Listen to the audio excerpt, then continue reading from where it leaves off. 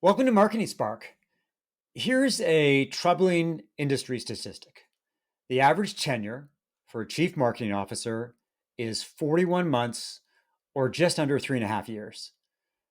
This number has steadily declined in recent years amid pressure for quick wins and results, the ever changing marketing landscape, corporate realignments, and often the volatile relationships between CEOs and CMOs. It's a problematic trend for senior marketers. It's like walking on eggshells when they should be taking a short and long term approach to marketing success. For CEOs, it leads to a lack of confidence in marketing and its ability to make a difference and drive growth. This episode of Marketing Spark will explore what makes for a strong CEO CMO alliance and how both roles can be structured to drive immediate and long-term success. I'm excited to have Blaine Mathiewu, who has a wealth of experience as a B2B CEO and marketing leader. I'm looking forward to Blaine sharing his insights on how the roles of the CEO and marketing leaders have shifted over the past decade, especially in the fast-paced SaaS sector. I'm also looking forward to hearing about his experience and how he navigated challenges as a CEO and marketing leader. Welcome to Marketing Spark, Blaine. Thanks, Mark. Great to be here. I've been listening to the podcast and following your email newsletter for years now. So great to finally get on the podcast.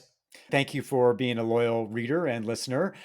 Why don't we start by having you give a quick overview of your experience as a CEO and marketing leader? It's an interesting combination because often you don't get marketers becoming the CEO. I'm originally a Canadian like you, although I live in the San Francisco Bay Area now and have for the last 25 years or so. As you mentioned, through my career, continually flickering back and forth between CEO roles and CMO roles primarily, although in many cases, when I was a CMO, I was also a CPO or in charge of product. Started my first company, my first CEO gig, I guess you could say, when I was 12. Started a software company in Canada that wrote and sold fixed asset management and accounting software to large enterprises across Canada. After spending most of my teenage years sitting in front of a computer writing computer code, I realized it was actually on the marketing and sales side that I was more interested and excited by versus spending the next 20 years writing computer code. Did an undergrad degree and eventually moved to Silicon Valley when Gartner brought me down. Was as one of their first internet analysts at the sort of the dawn of the internet revolution. Did that for a few years and then moved to Adobe in San Jose, ran market intelligence and strategy for a few years.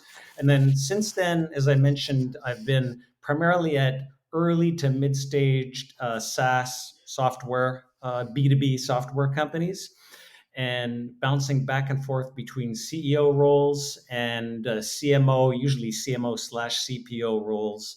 Currently, I'm CEO at an early stage industrial focused software startup. And given my heavy marketing background, I do have a marketing associate helping me with some tactical execution, but I'm actually wearing both hats today. I'm wearing the CEO hat and I'm wearing the CMO hat. And maybe one other, because it's very hard to put these hats down once you've started wearing them. And just one other thing about my background through that career that I mentioned, I've been both at, as I mentioned, early stage startups all the way to larger SaaS companies like Adobe. And one of my previous CEO gigs was actually as a public company, CEO of a NASDAQ listed company as well. So I've been the entire gamut back and forth. And that's my story in a nutshell. So let's go off script here. I had a list of questions I was going to ask you, but you threw a spanner into the works when you mentioned off the get-go that you started a software company when you were 12, that Yep. you were selling software to accountants. I cannot let you continue with this interview without stepping back and saying, so what's the deal there? Tell me about what you did and how a 12-year-old comes up with a software product, and how did you turn it into a business, and what happened to that business as you got older? I use that term Yeah, very lightly. as I got to 18 even. Yeah, it's an interesting story and I won't make I'll tell you the short version because the long one is also even more interesting over a glass of wine. But basically this is at the dawn of the PC revolution in the early 80s. I ended up through luck, and that's the longer story, with one of the first Apple II computers actually in northern Alberta, where I was from originally. And even before I got that computer, I was writing computer programs on paper before I had anything even to type them into. I've been a computer geek since almost before computers, one way or another. The town that we lived in, the local accountant also was an early computer geek. And he got some of the first IBM PCs that were ever produced into his office. And he literally called me down. And I rode my bike down to his office and he said, Blaine, I got these two PC things. What could I do with them? Because I was the town's computer geek, right? And I looked up on the wall and I saw these giant sheets of paper that he recorded his clients' assets on. These are literal spreadsheets. This is where the concept of a spreadsheet came from. And I said, your computer could do that, I bet. And so he gave me one of the computers to write the first application on. And of course, with feature creep and everything else, we ended up with a pretty rich system, which I then took to market and sold to large enterprises and accounting firms all across Canada, all through high school and into my undergrad degree, actually put me through my undergrad degree. And that really began my focus in business, entrepreneurialism, marketing, sales, and was based on my geekness, I guess you might say. So you must have been quite the salesperson and marketer because it sounds like you're a 13-year-old, a 14-year-old, a Yeah. 15-year-old, and you're selling to adults working at enterprise companies. Did your accountant act as your sales front or did you do the sales yourself? That Well, sounds no. like an incredible Yeah. story. No, I did it myself. And the funny thing was, of course, this was before the internet, before you had web pages and order forms, and where you could do all this sort of remotely on the internet. Nobody knows you're a dog, right? This was before the internet. I took out print ads in the Financial Post and the Globe and Mail and national publications that Canadian business people would read, little $3, $4, $500 tiny print ads with my home phone number on it. These accountants and executives would call my home. My mother would answer the phone, say, Blaine, it's somebody about the fixed asset management system. I'd run down and go take the call, get the person's info on the phone, mail them this set of floppy disks along with an invoice. They'd mail me back a check. And that was literally the pre internet days of doing sales and marketing, I'll tell you. So Would be a whatever happened lot to the easier now. at the end of the day, what happened to the business? The let's say the code base started to get pretty aged by the time I was in high school and or by the time I finished my undergrad degree. And at that by that time I saw that another thing was just starting to come on, this internet revolution, which was the next level, you might say, of the PC revolution that my first business was based on. I saw that the internet revolution was going to be something that was going to make a huge difference to the world of business and marketing and everything else. And so I ended up creating a website. It was really a blog before blogs existed called killerstrategy.com, the latest analysis of what businesses could do on the internet, these new emerging business models. Used to do a lot of writing about Amazon.com back when they were just beginning. And in the same week, I got a call from the head of marketing at Amazon, actually. They only had about 100 people at the time, asking me if I wanted to move to Seattle to work for Amazon. And I got a call from Gartner Group in San Jose asking if I wanted to go and be one of their first internet analysts working for Gartner. And they were getting killed by Forrester and Jupiter and some of the analyst firms that got the internet. And I said to my wife, so Seattle or San Jose, what do you think? She said, absolutely, we're not going to live in the rain. And there was another reason too. Being a PC geek and an Apple computer acolyte from the early days, actually moving to Silicon Valley was certainly always one of my goals. Moved to San Jose and the rest is history. Let's get back to our regular programming. We're here Yes. to talk about the dynamic relationship between CEOs and marketing leaders.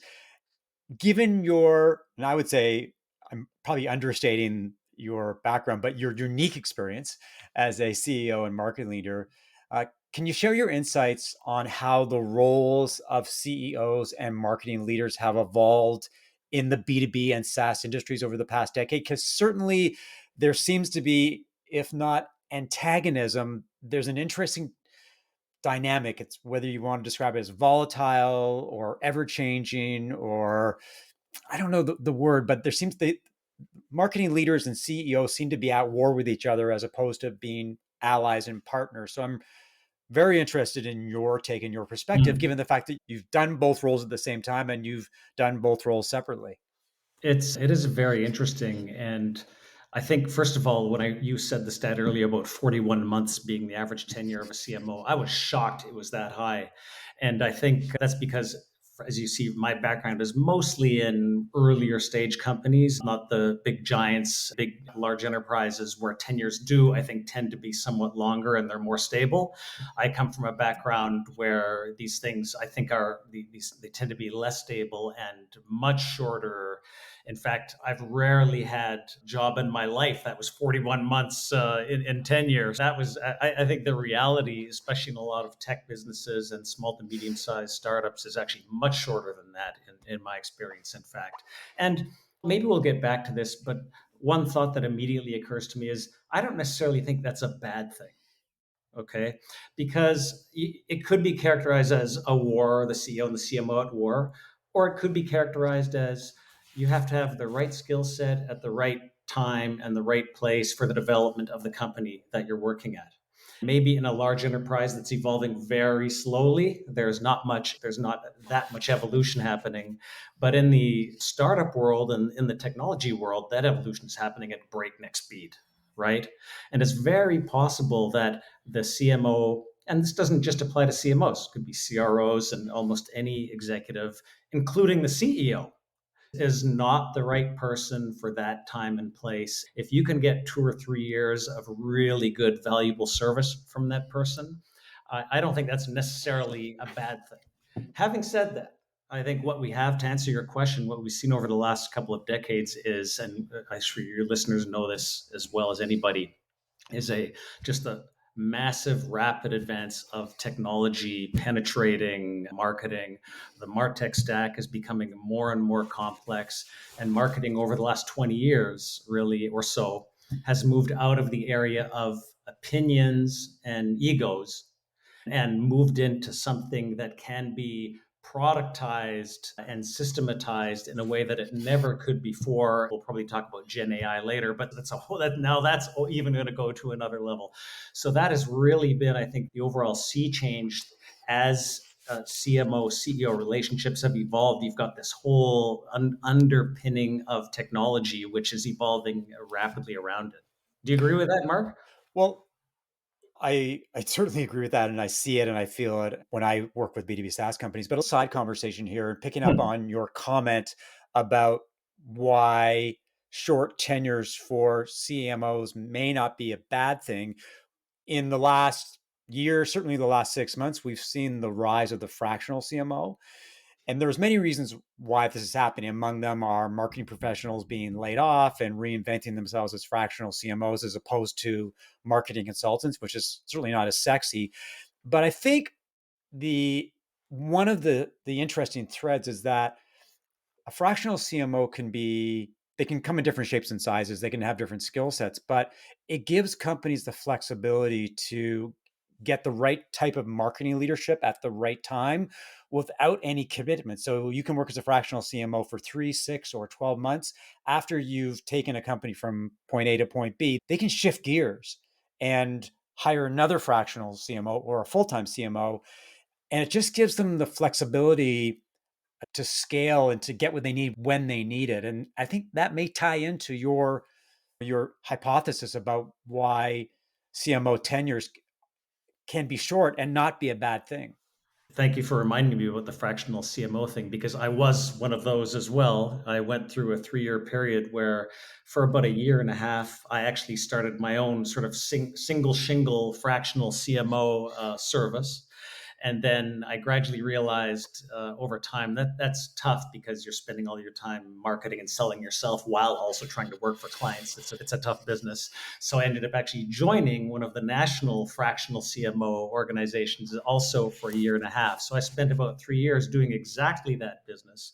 And I agree with you, is given again the pace of change that's happening right now, I think it's a very viable option that a lot of companies should consider. Again, especially if they know they're in a space where they're going to be undergoing so much change, the odds of having the right person 2 years from now that they hire today is low. So they might want to consider that option. Absolutely. And I'm considering it actively for my company now, in fact. As I mentioned earlier, many B2B and SaaS companies, there seems to be a tension. I described it as antagonism between the CEO's need for quick results, especially in this environment where leads and sales are front and center. And the marketing leaders need the time and the runway to experiment and build long term brand value. What are your thoughts in terms of balancing these seemingly conflicting goals? Because on one end, you've got a CEO who wants results right now. And the other side, you've got a CMO who's trying to structure, trying to build a marketing mix that, yes, focuses on short term results, but also builds long term value. How do we balance the two? It's a great question. I guess one initial reflection is I've always tried extremely hard not to ever set up an antagonistic relationship with my boss, with the CEO, but a collaborative relationship. And maybe it's because I'm a Canadian at heart and we're always trying to get along with people. But I do think that's really important. And one of my mentors, long time ago, a very extremely successful global executive from companies you guys would all know, retired now, said he was second in command. And he said, what you got to do every once in a while is get in the bear cave. And what I said, what's the bear cave? In the bear cave, there are no titles. There's all there is just the truth. Because the only way you come out of the bear cave is if you really, lay it all out there. And I've taken that to heart and used that as a method to ensure that I'm aligned with my boss, in this case, the CEO. Now I use a similar thing with my chairman and some of my board members. But in this case, when I'm CMO, collaborating with the CEO. So we go in and I make sure we're not in a mindset where I feel like marketing is competing for organizational resources and the CEO is the decision maker and sales is going to get it or marketing is going to get it or product's going to get it. No, in the bear cave, I'm actually not the CMO and he's not the CMO with the CEO. We're just two people who are, what are we going to do to make this business successful? Okay. And I've been in bear cave sessions where we cut the marketing budget down by 20% because I honestly believe that was the right thing to do. Right.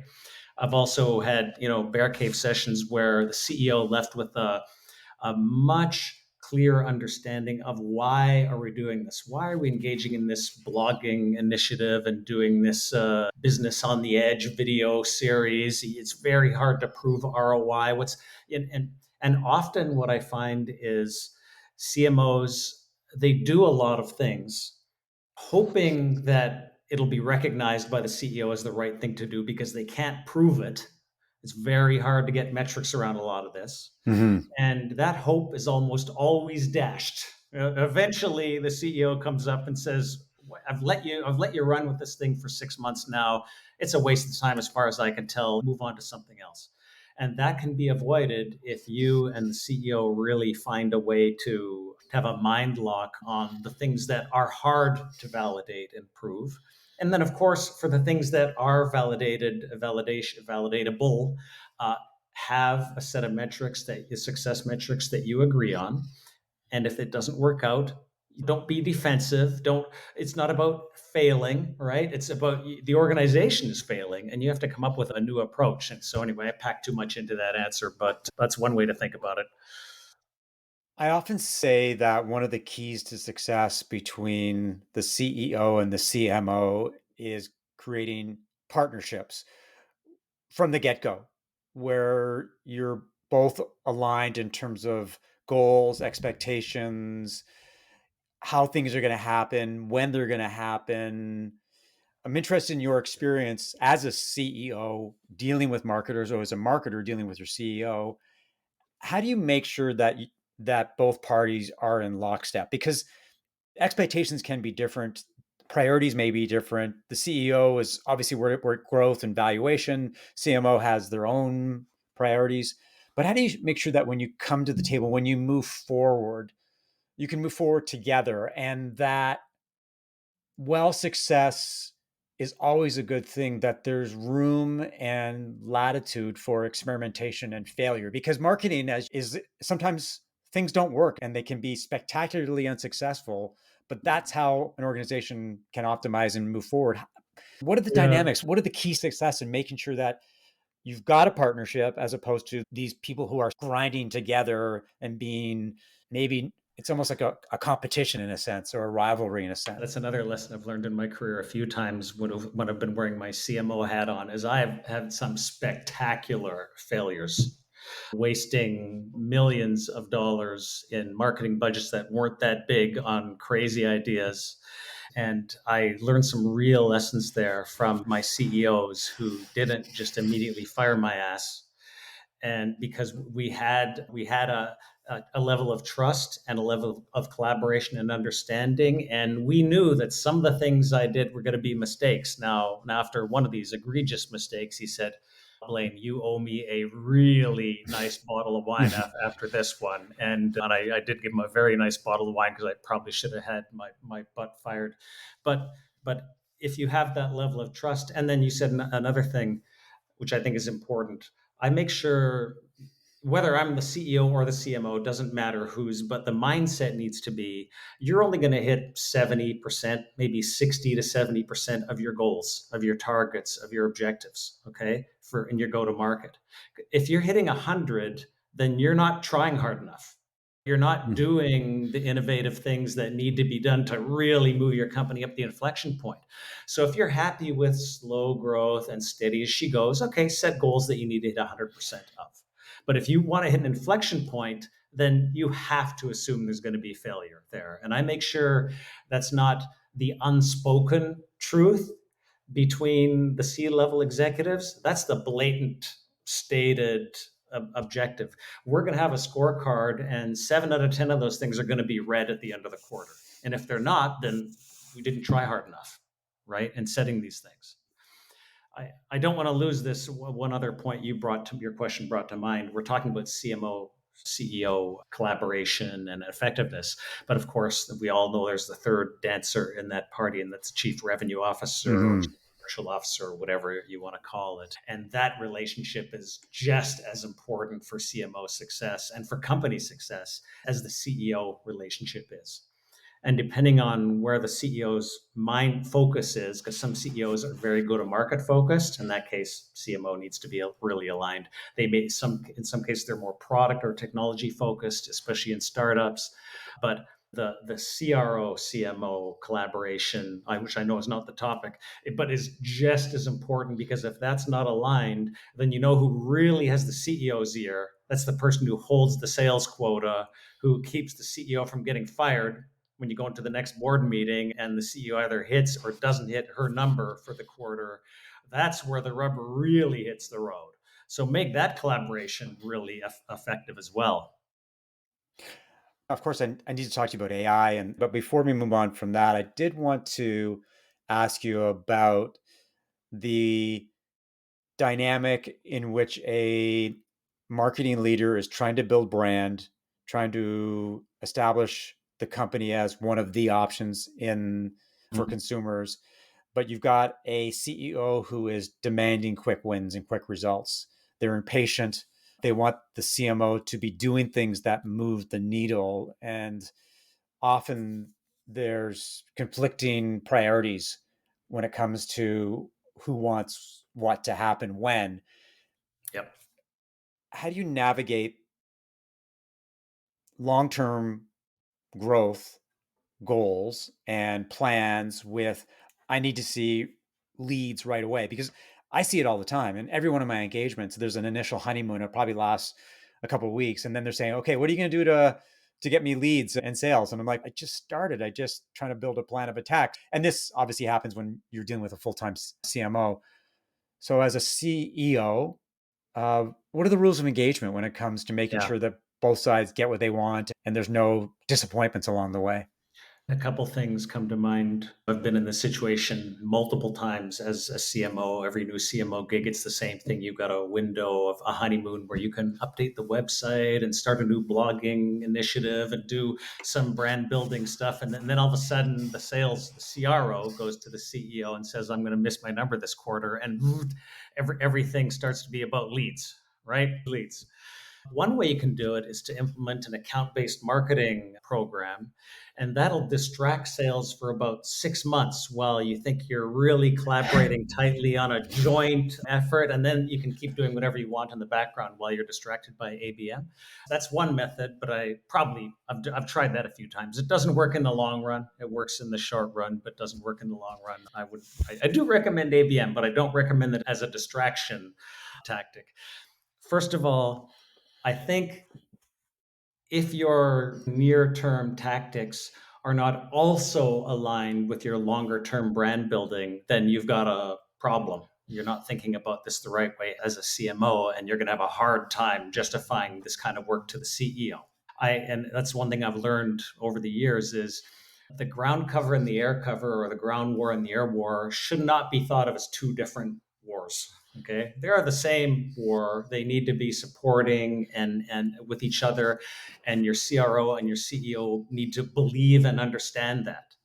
Like, the reason you're holding this podcast video series is because you are specifically leveraging that content in your lead gen campaign, which is then used to increase your conversion rate from 1% to 3%. Okay. If Mhm. you can't tie these things together, then you're going to have the problem. Eventually, the honeymoon is going to wear off. And I think that's probably the main piece of advice I'd given that. These cannot be thought of as, you got this brand stuff here and you got this lead gen stuff here. They need to be understood. It needs to be understood how they are connected to each other, and one makes the other one more effective, and vice versa. The lead gen stuff contributes to the brand equity, right? And your evolving brand. They're not two different things. When we started thinking about this conversation, I was not going to talk to you about AI. Everybody is talking to everybody about AI, but I wrote a LinkedIn post this week about whether AI would replace content writers and got an email from you talking about the post, and you had some thoughts in terms of how AI is impacting not only marketing but business.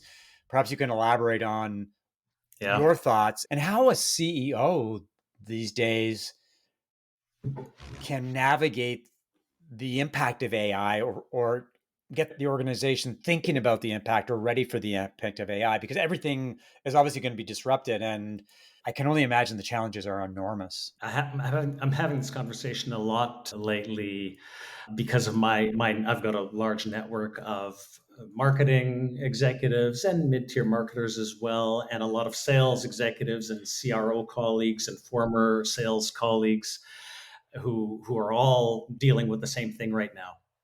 And one thing I've learned from talking to them recently, and some of your listeners know, no doubt, it's a very tough market out there for sales and marketing professionals that are looking for opportunities. There are jobs posted on LinkedIn that have 500 marketing or sales leaders applying for them. It's a sea change from what it was a few years ago. And there's a lot of things in that: raising interest rates, higher cost of money, push toward profitability. There's many variables. But from talking to other C-level executives and CEOs, there's no doubt in my mind that this upcoming generative AI revolution and transformation is a big part of why companies are becoming conservative in hiring right now. They've realized that the smart leaders are realizing that the kind of people they used to hire, the kind of practices they used to implement, the stuff that got them there, that were successful, the things they did before and the people that did them, that is not the way they're going to be successful in the future. It's going to be done a totally different way. And maybe some of your listeners have heard about this campaign IBM and Adobe did recently, where they used generative AI to instead of creating one image to be used in an online ad campaign, they created 1,000 different versions of that image. Generative AI did, because no human team could ever do this in any reasonable amount of time. And they increased the conversion rate by over 50% for that campaign. That's just the beginning, the tip of the iceberg of the change that's coming to marketing and go to market in general, sales and marketing, not just marketing. And so this is causing a lot of paralysis by hiring managers in the market. They're scared. They know for sure that what they did before is not going to be the thing that does it in the future. They don't know how. And they know most of the people they're talking to don't know how either. They're not even beginning to try to figure out how. And this is what I'm telling the people that I talk to, giving career advice is become a prompt engineer. Figure out, develop a thesis on how Gen AI is going to radically change your job. And then the next time you go to talk to a CEO or a CMO or a COO, tell them your thesis. Nobody knows what the right answer is, but everybody knows something's happening. And we've got to get ahead of it. In my current company, we are not only that CEO who's trying to figure out how to use AI in our go to market, but we're actually creating applications based on generative AI. It's part of our solution set. Mhm. And I will tell you that our engineering team and some of these guys are true like guru level engineers in AI for a long time.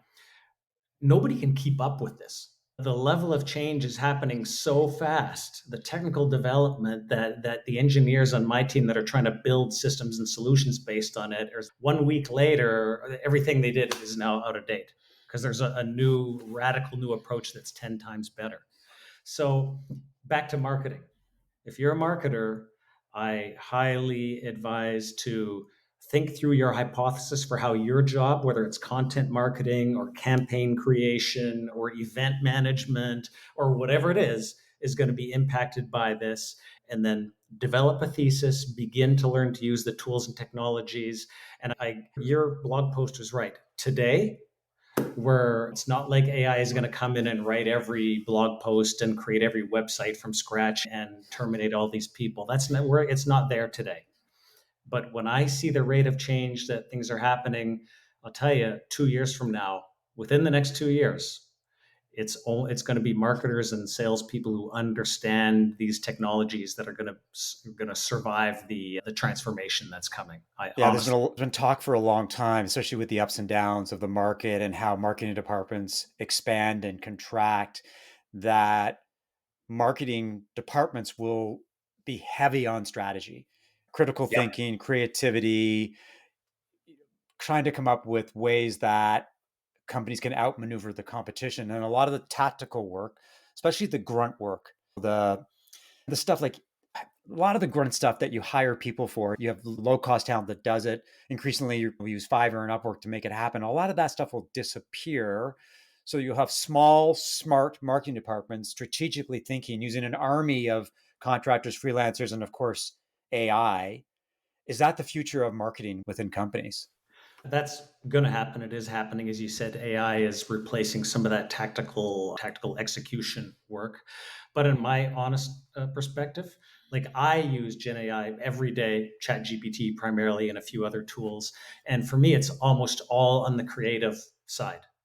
It's helping me come up with ideas, create go-to-market plans. I gave a speech in Stockholm last week that it would have taken me 2 hours to think through the ideas, the points that I could have made, and the thoughts that ChatGPT gave me in 5 minutes.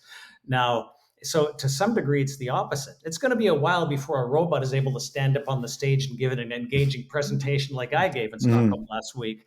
But could a AI think of the key points in much more quickly than I would have done it? There's of no course. question about it. So I would not assume that it's only the tactical execution that AI is going to take over. Obviously, it is doing some of that, and it's having a big impact on the creative side of marketing as well. So both ends. It's a volatile, exciting, challenging marketing landscape. You and I both have our hands full trying to navigate it. But this has been a great conversation. Love the idea that you've been an entrepreneur since you were 12 years old. Love the idea that you've been in the CEO seat and as a CMO, which gives you a unique perspective of the marketing landscape. Where can people learn more about you and what you're up to these days? Please do reach out to me on LinkedIn and connect with me and mention that you heard me here because I'm not the kind of guy that just links in with anybody. But if you listen to this podcast, you're probably the kind of person that would want to be connected with. And also check out my company, protect.com, to see if our solutions might be relevant to what you're doing today. Thanks, Blaine. And thanks to everyone for listening to another episode of Marketing Spark. If you enjoyed the conversation, rate it, subscribe via Apple Podcasts, Spotify, or your favorite podcast app, and of course, share via social media. If you're a B2B SaaS company with $1 to $5 million in revenue and you're looking for traction and to scale, we should talk about how I can help you as a fractional CMO and strategic advisor. reach out via email, mark@markevans.ca, connect with me on LinkedIn, or visit marketingspark.co. I'll talk to you later. Okay, and I'll stop our recording.